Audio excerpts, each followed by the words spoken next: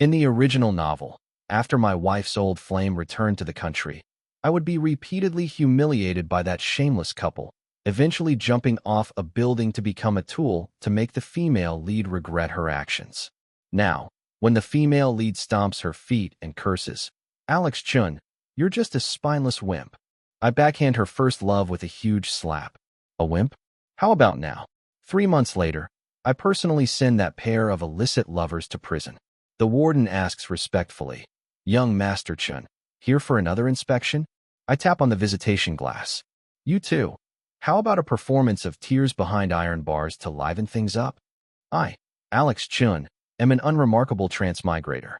I transmigrated into a modern-day angst-ridden novel that was the epitome of melodrama, with values so warped they were out of this world. I became the ultimate tragic male lead, the one who gets cuckolded and jumps off a building in the end. The good news? I transmigrated early enough. There are still a full 3 months before the point in the original plot where that old flame, Leo song, returns and kicks off my tragic life. The better news? When I arrived, I was lying on a massive 800-square-meter bed, and sleeping next to me was the novel's female lead, my nominal wife, Maya Lin. She was sleeping soundly, her eyelashes trembling slightly, looking like a pure and innocent porcelain doll. Only I knew that this porcelain doll had a black heart, and inside it was a thing called Leo song. According to the original novel, it was Alex Chun and Maya Lin's wedding night. Despite Leo song, who was abroad, Maya Lin had married the deeply devoted yet idiotic Alex Chun in a fit of pique. On their wedding night, she cried a river of tears and refused to let him touch her no matter what, saying she wasn't ready. And the result? When I transmigrated, I looked at this porcelain doll next to me who had cried herself to sleep, and only one thought was in my head. Ready? Why the hell would I need you to be ready? The original owner, that wimp, didn't dare. I did so, adhering to the 3 basic principles of "I'm already here, might as well sleep with her," and sleeping with her counts as a public service. I pestered and cajoled her shamelessly, and on this body's wedding night, managed to take Maya Lin's first time. As for the process, it wasn't exactly pleasant. At first, Maya Lin resisted, struggled, and cursed. Later, well, the body is honest anyway. When dawn broke, the look she gave me was as complicated as a tangled mess. There was anger, shame, and perhaps a trace of confusion she herself hadn't noticed. That was enough. This was exactly the effect I wanted. You don't actually think I'd play the cuckold and only start my revenge later like the protagonist in other transmigration novels, do you? No way. Right. In the afternoon, I was sitting by the huge floor-to-ceiling window, enjoying the morning's first cup of coffee while flipping through the original owner's hardcover gold foil diary. Holy crap, this guy was wasting his talent by not writing Qiong Yao dramas. Wan, you were like an angel as you slept last night. I know he's still in your heart, but that's okay. I will use my love to slowly melt the ice in your heart. Sincerity can move mountains. Wan, you will eventually fall in love with me. Forever yours, Gu Chung. Date signed, for AM today. I almost spat out my coffee. Melt the ice in your heart.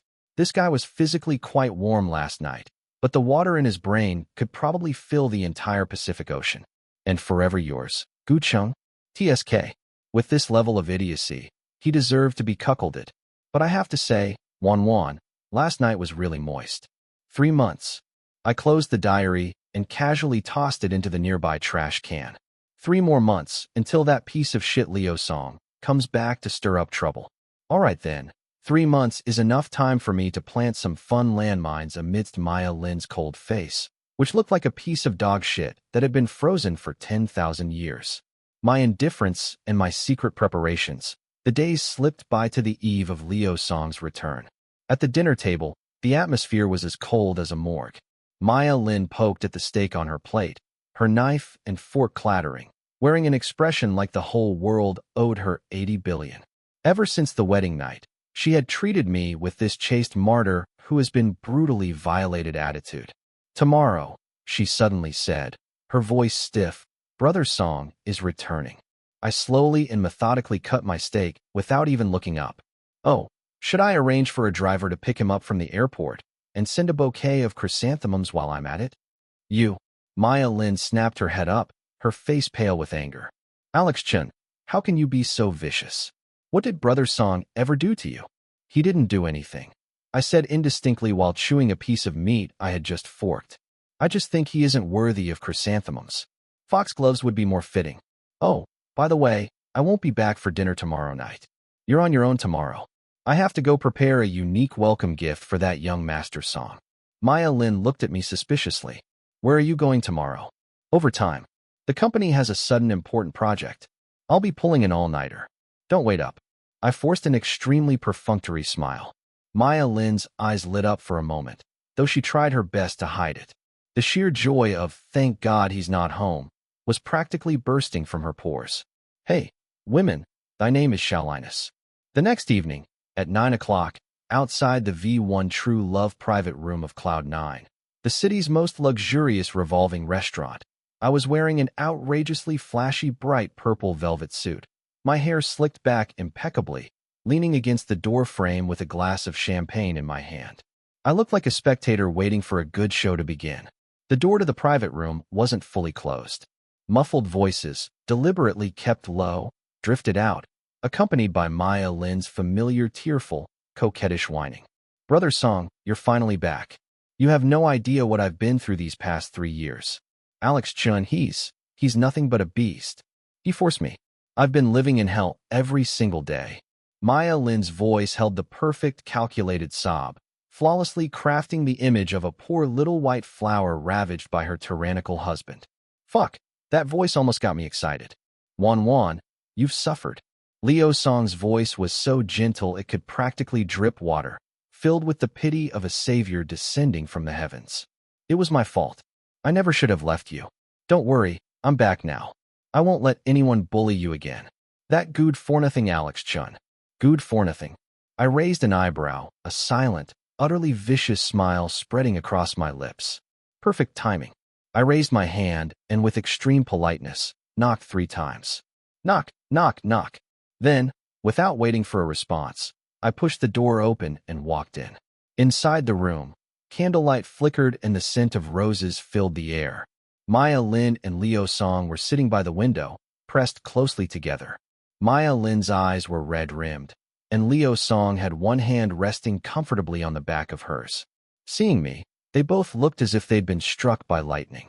Maya Lin shot away from him, her face deathly pale, lips trembling. Hey Alex Chun, didn't you say you were working late? Leo Song, ever the white moonlight, had better composure. After the initial shock, he quickly adopted a gentle expression tinged with a hint of helplessness and even a touch of, how can you be so unreasonable reproach? He stood up, smoothing down his expensive light gray suit. He cleared his throat and began to speak in an I'm here to set things right tone. Alex Chen, you're just in time. I think we need to talk. Wan, she. Before he could finish, I was already standing in front of him. A harmless smile played on my lips, but my eyes were as calm as a pool of stagnant water, devoid of any anger. Only the pure curiosity of someone watching a monkey show. Talk. All right then. My voice was just as calm, even carrying a hint of amusement. Then, under Leo Song's gentle, posturing gaze and reflected in Maya Lin's widening, terrified pupils, I slowly raised my right hand, fingers splayed. The movement was as fluid as a slow-motion shot. The muscles in my arm tensed slightly beneath the flashy purple velvet. Then, with a terrifyingly steady force, I swung it in a wide arc, straight towards Leo Song's handsome face, the one he was so proud of, the one that made countless socialites scream. Smack! I put 70% of my strength into that slap, its main purposes being physical salvation and livening up the party. Leo Song was completely stunned. He never expected I would get physical. Even less did he expect my expression to remain so calm while doing it, as if I were swatting a noisy mosquito. A short, comical goo escaped his lips. His perfectly styled hair was sent into disarray by the force of the blow. His flawless profile swelled and distorted at a visible rate. A clear crimson 5-fingered mountain instantly branded upon it. The corner of his mouth was split open, and a trickle of crimson blood, like a tiny earthworm, slowly crawled out. His polished, custom-made leather shoes slid uselessly on the mirror-smooth marble floor. His body, like a drunken penguin, stumbled backward. Brother Song. Maya Lin's shriek finally tore from her throat, filled with heartrending terror. Too late. Leo Song stumbled back several steps and crashed. His back slammed hard against the large sideboard behind him, which was laden with expensive red wine and ice buckets. The impact was so forceful it sent the sideboard shaking violently. On top of the cabinet, a decanter of priceless 82 Lafite, just poured out to breathe, was jolted, and the decanter tipped. Splosh! An entire decanter full of deep red liquid poured with perfect precision all over Leo Song's head, face, and body. Leo Song froze on the spot, like a piece of stinking dog shit just dropped in 38 below zero weather. A pathetic sight beyond all description. Only in that pair of eyes was there unbelievable shock, overwhelming humiliation, and a hint of bewilderment. Frightened by my calm expression, the private room fell into a dead silence. The only sounds were the pat-pat of red wine dripping onto the carpet and the faint hum of the empty decanter vibrating on the cabinet. I shook my palm, which was slightly numb from the force, my face still wearing that harmless smile, as if I had merely brushed off a speck of dust. I looked at Maya Lin, who was equally petrified, her face ashen. My tone was as light as if I were discussing the weather. Now, do you still think I'm trash? Young Master Song and Wan, you said just now that I forced you, that every night was like living in hell. I turned to her, my smile widening to reveal bone-white teeth. Tisk. I shook my head, a look of regret on my face. That's not what you said last night when you were clinging to my neck, screaming, "Harder, honey." It seems young Master Song's charm is only worth a bottle of fake Lafite. Alex Chun. Maya Lin finally snapped out of her immense shock. Shame and humiliation caused her to completely break down. She let out a hysterical scream, grabbing a dinner knife from the table and lunging at me. I didn't even bat an eye. I leisurely took out my phone from the inner pocket of my flashy purple suit and tapped the screen lightly with my fingertip. A crystal-clear recording instantly flowed from the phone speaker, echoing in the dead silent room. Frowning face. Honey, be gentle. Didn't you say you wanted it harder? Various indescribable sounds omitted. Brother Song, I'm sorry. The recording stopped abruptly. Maya Lin's hand holding the dinner knife froze in midair. The color drained from her face in an instant, leaving only a deathly pallor. In immense fear, as if all her bones had been removed, she slumped back into her chair, trembling violently. Leo Song, his head and face covered in red wine and blood, stared at Maya Lin with a twisted expression, then looked at my phone.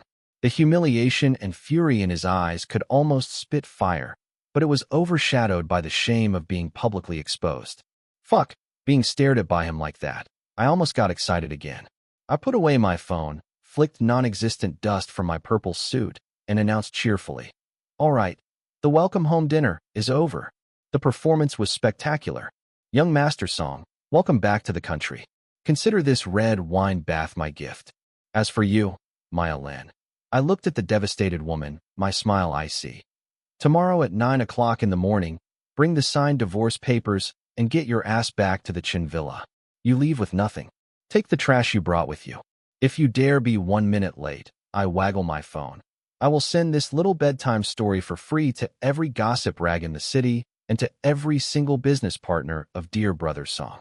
After speaking, I didn't spare the dumbstruck pair of illicit lovebirds another glance, as if another look would contaminate my eyes. Turning, my flashy purple figure cut an extremely punchable arc in the flickering candlelight. Humming a little tune, I cheerfully left the messy true love private room behind me. The dead silence was broken by Maya Lin's suppressed, broken sobs and Leo Song's heavy and enraged gasps. Stepping out of Cloud 9, the night air was cool. I took a deep breath, feeling refreshed and invigorated. This was just the appetizer. 3 months? No, I can't wait that long for them to slowly act out their little drama. I have to speed things up, pack these two up and send them away. After all, a performance of Tears Behind Iron Bars in prison is far more interesting than this candlelight dinner. The next day, at 9 o'clock in the morning sharp, a knock sounded on the heavy doors of the Chin Villa. Right on time, the door opened. Maya Lin and Leo Song stood outside. Maya Lin wore a plain white dress, her face pale and haggard, her eyes swollen like walnuts, clearly from crying all night. She clutched a file folder tightly, her knuckles white from the force. Seeing me, her eyes filled with bone-deep resentment and fear, and she instinctively shrank behind Liu Song. Liu Song, on the other hand, had changed into a sharp dark blue suit, attempting to cover up the previous night's dishevelment. Alex Chun, Liu Song spoke first, his voice hoarse and filled with suppressed rage. We brought the papers. Once they're signed, you and Wan will have nothing to do with each other ever again. About last night. Hold it. I interrupted him lazily, leaning against the door frame. I was still wearing that ridiculously festive bright purple silk robe, holding a glass of milk and sipping it with relish. What about last night? Oh, you mean young Master Song's red wine baptism performance? Your technique was pretty good, just a shame about the wine. I'd suggest using the real stuff next time. Liu Song's face instantly turned a livid purple, his fists cracking audibly. Maya Lin tugged at his sleeve, her voice a tearful, small plea. Brother Song, let go. Just give him the agreement first. Her hands shaking, she held out the document folder, her gaze evasive, her voice as faint as a mosquito's buzz. Alex Chun, the agreement, sign it. Last night, the recording from last night. I'm begging you. I leisurely took the folder, not even glancing at the agreement inside, before casually tossing it to Butler Wei, who had been waiting by the side for some time. Butler Wei, take a look. Make sure she walks away with nothing. If a single word is out of place, have them rewrite it. I ordered, my gaze then returning with great interest to the Song and Lin duo. A recording? What recording? Oh, you mean that? I deliberately drew out my words, savoring Maya Lin's instantly tense body and Liu Song's ashen face. That can wait, I said with a broad smile. Let's talk about something else first. For instance, Maya Lin, you've spent your allowance as Mrs. Chun for the past 3 years in a rather unique way, haven't you?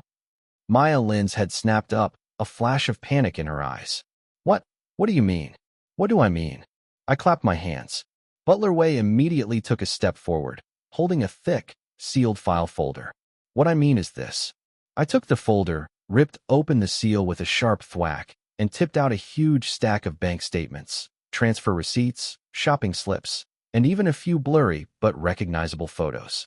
They scattered across the polished marble floor of the entryway. What I mean is that for the past 3 years, you, Maya Lin, using your identity as Mrs. Chun and a supplementary card the Chun family gave you, under the guise of investments, charity, and helping a friend with cash flow, have funneled a grand total of 23,765,421 yuan to this Brother Song's overseas shell companies. I recited the number with precision. With every digit I spoke, Maya Lin's face grew another shade paler. What I mean is, I bent down and deftly plucked a photo from the pile of documents. In it, Maya Lin was at a private art gallery, handing a check to a man in glasses. This renowned painter, Mr. Liu Song's art agent, is actually his high school dropout cousin whose sole job is to help him launder money and cook the books. A gallery, huh? I doubt the paintings hanging in that place are worth even 200,000 combined. And what I mean is, I picked up another photo, this one of Liu Song in a VIP room at a foreign casino, a blonde woman in his arms as he gambled extravagantly. Your precious brother Song wasn't just sitting around overseas. He took your investment funds and had a grand time in Las Vegas. The money he gambled away would be enough to buy the entire vineyard that produced the bottle of Lafite you poured on him last night. I said it all in one breath, flinging the photo at Liu Song's feet. Liu Song's face had gone from ashen to deathly white. He stared fixedly at the photos and receipts on the floor, his lips trembling, unable to utter a single word. His carefully crafted persona of an overseas elite and a devoted first love had been shattered into dust by this pile of cold, hard evidence. Maya Lin looked as if she had been struck by lightning. She stared at the transfer slips she had signed with her own hand, at the photos of Liu Song's profligacy at the casino, and her body swayed as if she were about to faint. She violently grabbed Liu Song's arm, her voice trembling uncontrollably. Brother Song, what? What he's saying, is it true? That money, didn't you say it was for investments, for starting a business? Wan, let me explain. Liu Song panicked, trying to defend himself. Explain? I scoffed, cutting him off. Save it for the police. I clapped my hands. On either side of the villa's main doors, several men in plain clothes, but with a hard, stern demeanor, had appeared silently at some point. The man in the lead stepped forward, produced his credentials, and spoke in a steady, powerful voice. Mr. Leo Song, Ms. Maya Lin, we are from the Municipal Economic Crime Investigation Division. We have conclusive evidence to suspect you both of involvement in money laundering and large-scale fraud. Please come with us to assist in the investigation. The cold handcuffs clicked shut with a sharp snap, gleaming harshly in the morning sun. Maya Lin collapsed completely to the floor, breaking into hysterical sobs. Leo Song, his face the color of ash, shot me a venomous glare as he was held up by two officers, one on each side. I stood on the steps, looking down on them as they were led to the police car, and stretched languidly, feeling utterly pleased. Oh, by the way, I said, as if suddenly remembering something, raising my voice in the direction of the police car. Maya Lin, I've signed that divorce agreement. As of today, you're free. Congratulations. You can finally be with your beloved brother Song, in a jail cell together. Don't mention it. The police car wailed away, taking a chorus of wails and curses with it. I turned and walked into the villa, instructing the awestruck Butler Way. Butler Way, sweep up this pile of trash. Also, send my purple suit to the dry cleaners. I'll need it for my next prison visit. 3 months later, the city's #1 detention center, special visiting room. Thick bulletproof glass divided the room in two. On this side of the glass, a soft sofa, the air conditioning set to a comfortable temperature. On the other side, a cold stainless steel table and chairs, oppressive gray walls. I sank comfortably into the sofa, still wearing that incredibly garish bright purple suit. In my hand, I held a cup of top-grade Blue Mountain coffee, personally delivered by the warden, and leisurely blew on the steam. On the other side of the glass, Leo Song and Maya Lin wore identical gray-blue prison uniforms. Their hair was shaved short, their faces sallow, their eye sockets sunken in. Just 3 short months, they looked as if they had aged 10 years. Handcuffed, they were pushed down onto the cold chairs by the prison guards.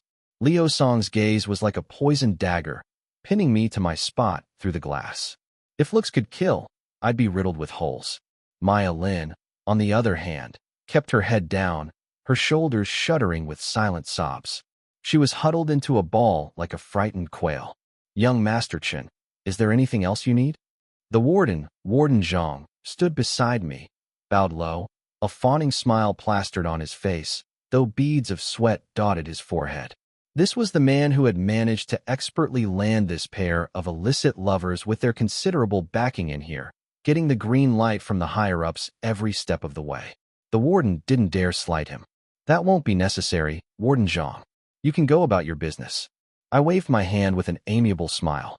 I'm just here to see some old friends, to catch up. As if granted a pardon, the warden hastily withdrew with his men, thoughtfully closing the door behind him and leaving us in absolute privacy. Only the 3 of us remained in the visiting room, separated by a cold sheet of glass.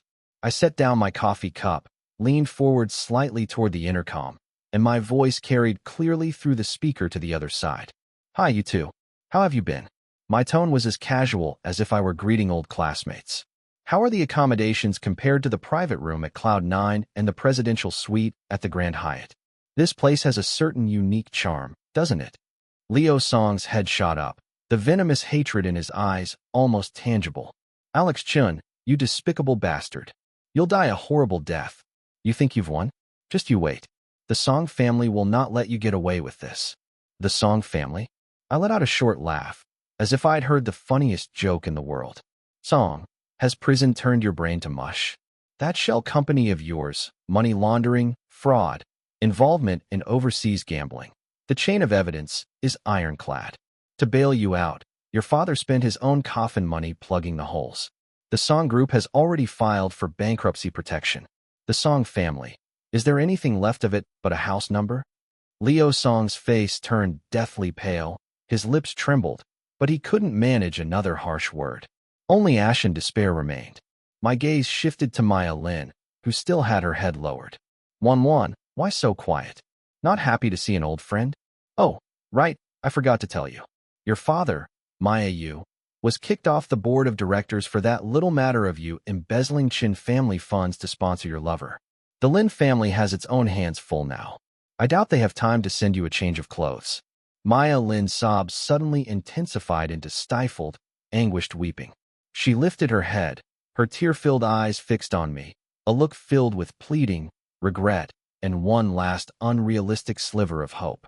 Alex Chun, Brother Chun, I was wrong. I really know I was wrong. Please, for the sake of us once being husband and wife, let us go. Brother Song, he was just confused. Confused? I raised an eyebrow, my smile widening. Confused enough to run off with over 20 million to a casino to start a business? Confused enough to use you as his personal ATM and scapegoat for 3 years? Ah, Wan. That love-addled brain of yours is terminal. There's no cure. I leaned back into the sofa and crossed my legs. My fingers began to tap a rhythm on the armrest, the soft tap-tap-tap sounding exceptionally clear in the dead silence of the room. Let you go? All right, I said leisurely. I'm a soft-hearted person. I can't stand to see people cry. A faint glimmer of hope instantly ignited in Leo Song and Maya Lin's eyes. How about this? My smile widened into a malicious grin. Perform a little something for me. How about a rendition of Tears Behind Iron Bars? Gaze deeply into each other's eyes. Wail your hearts out. The more pathetic, the better. If you cry to my satisfaction, maybe, just maybe, if I'm in a good enough mood, I'll write a letter to the judge on your behalf. Alex Chun, you've gone too far. Leo Song trembled with rage, abruptly trying to stand, but was held down firmly by the prison guards behind him. Gone too far. I spread my hands innocently. I just wanted to have a little fun. What did I do wrong? I tapped on the glass, my tone laced with an unquestionable mockery. Hurry up, start your performance. My time is precious, and coffee doesn't taste good when it's cold. On the other side of the glass, there was dead silence. Leo Song's chest heaved violently, his jaw clenched tight. Humiliating tears welled in his eyes, but he stubbornly refused to let them fall. Maya Lin, on the other hand, had a complete breakdown.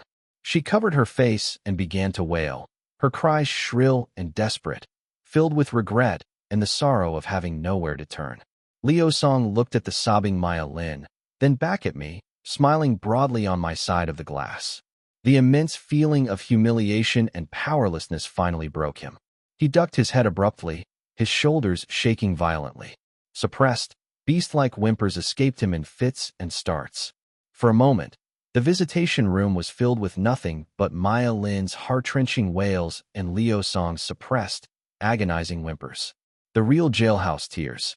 I picked up my lukewarm coffee, took a leisurely sip, and admired the desperate performance of the illicit couple on the other side of the glass. I felt a sense of comfort seeping from every pore of my body.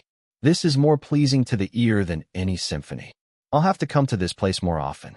It's the perfect spot for curing depression, relieving stress, and boosting happiness. Not bad.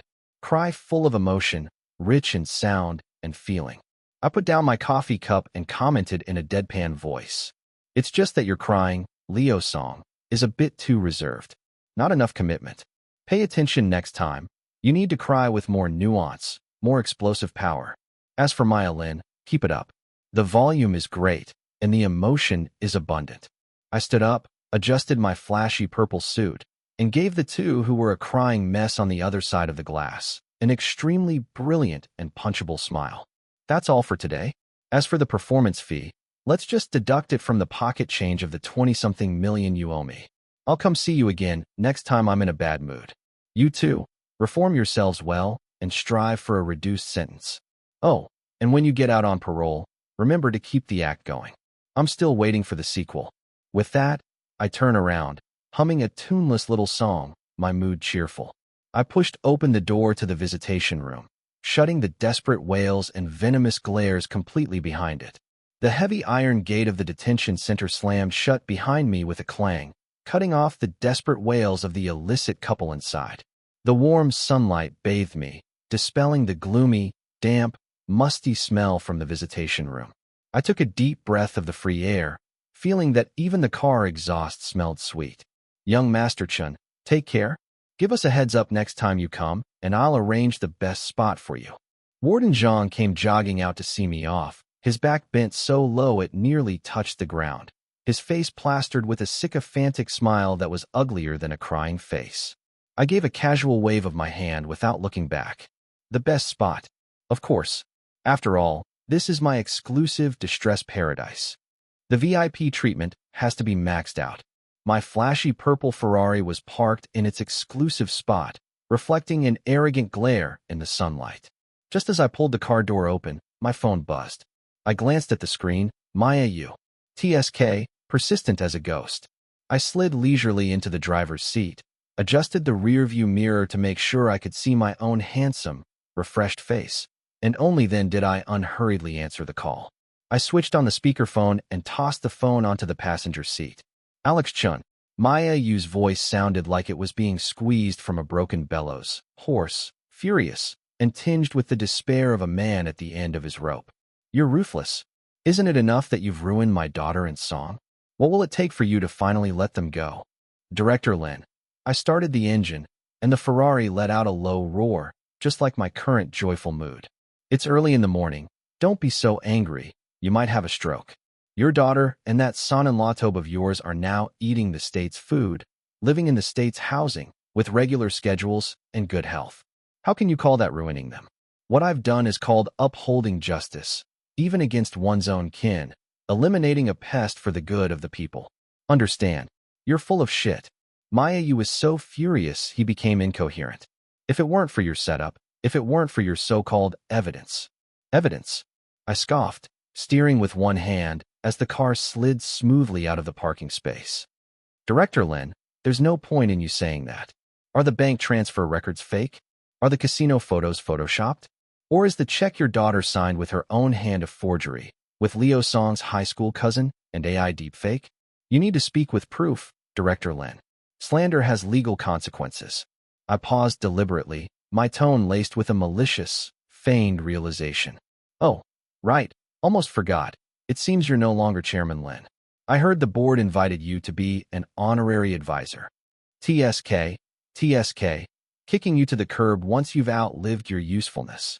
On the other end of the line came heavy breathing, like a wheezing bellows, and the muffled thud of a fist hitting something. I had clearly hit a nerve with Maya Yu. Alex Chun, I'm begging you. Maya Yu's tone suddenly softened, carrying a hint of humble pleading. Wan, she's still young. She was just foolish for a moment and tricked by Leo Song.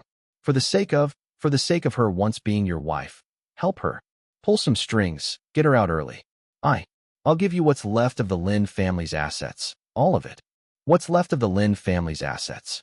I burst out laughing, as if I'd heard the funniest joke of the century. Chairman Lin, your pathetic scraps aren't even enough to buy a single tire for one of my cars. Besides, Maya Lin may be young, but she's monumentally, hopelessly stupid. She wasn't tricked by Leo Song. She willingly became his personal ATM. I cut off my laughter, my tone instantly dropping to a freezing point. She revels in the self-pitying drama of sacrificing for love. An idiot like that needs to get her head straight in there. If she gets out, she'll just continue to be a menace to society. As for Leo Song, a cold smirk played on my lips. Scum like him rotting in jail for the rest of his life would be his greatest contribution to society. Chairman Lin, instead of begging me, you'd be better off burning some incense and praying that your dear brother Song doesn't drop the soap too often in there. With that said, without waiting for Maya Yu's torrent of curses or desperate pleas, I hung up. The world instantly fell silent, leaving only the roar of the engine and me humming a tuneless little song. Let them go? What a joke. My fun is just getting started. A few days later, on a dreary, drizzly afternoon, the sky was a heavy, suffocating gray. This kind of weather is perfect for doing something to lift one's spirits, so I found myself once again in the familiar special visitation room at the Municipal No. 1 Detention Center. Same flashy purple suit, same comfortable sofa, same steaming Blue Mountain coffee. On the other side of the glass, Leo Song and Maya Lin were brought in. Though it had only been a few days, Leo Song's state was clearly much worse. His eyes were sunken, his face unshaven, and his eyes were shot with red. The look he gave me, besides venomous hatred, now held a touch of numbness and fear. Good afternoon, you two. I greeted them enthusiastically, as if I were truly visiting old friends. This weather is perfect for some bittersweet reflection. So, are you getting used to sleeping in there? I hear you got a new cellmate, young Master Song. How is he? Does he have a strong grip? Leo Song's body visibly stiffened.